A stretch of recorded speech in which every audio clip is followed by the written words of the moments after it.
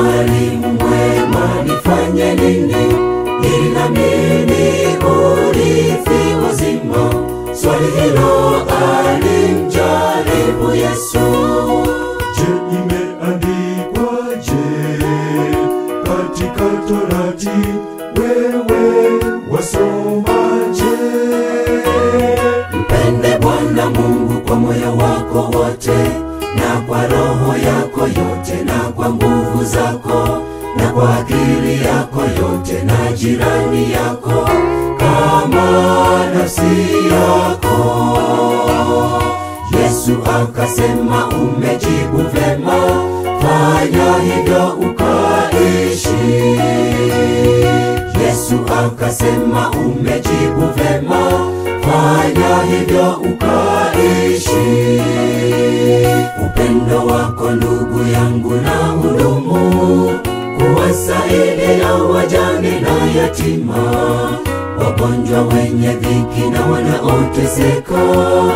Unapowaona usipite kando, magerezani nenda ukawatazame, walio uchi nenda ukawape nguo. Kufanya hivyo wamuhudumia Yesu, siku moja utakaribishwa mbinguni. Upendo wako ndugu yangu na hudumu kuwasaidia wajane na yatima, wagonjwa, wenye dhiki na wanaoteseka. Unapowaona usipite kando, magerezani nenda ukawatazame, walio uchi nenda ukawape nguo.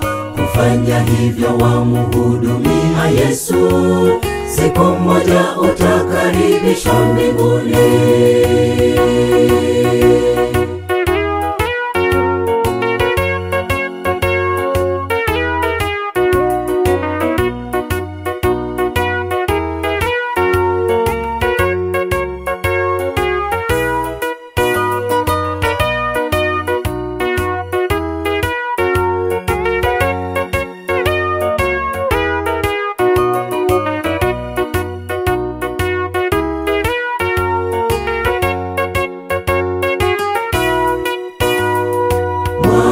Sheria akijidai kuwa yeye ni mtu mwenye haki, kauliza jirani yangu ni nani?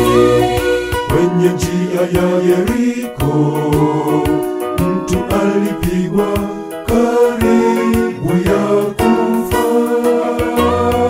Muda mfupi kuhani alifika, alipomuona yeye alipita kando, na Mlawi naye alipofika alipita kando.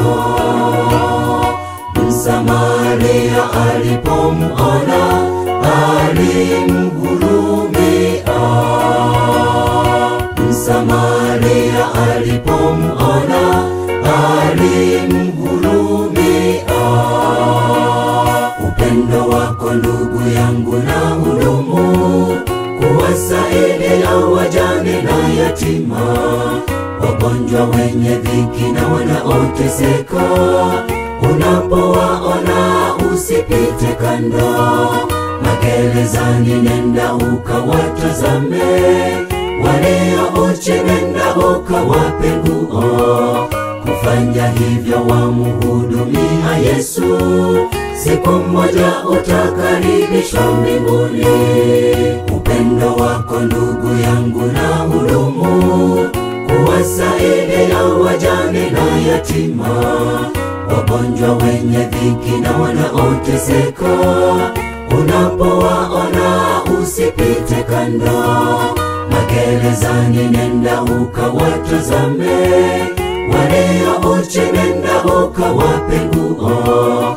Kufanya hivyo wamuhudumia Yesu, siku moja utakaribishwa mbinguni.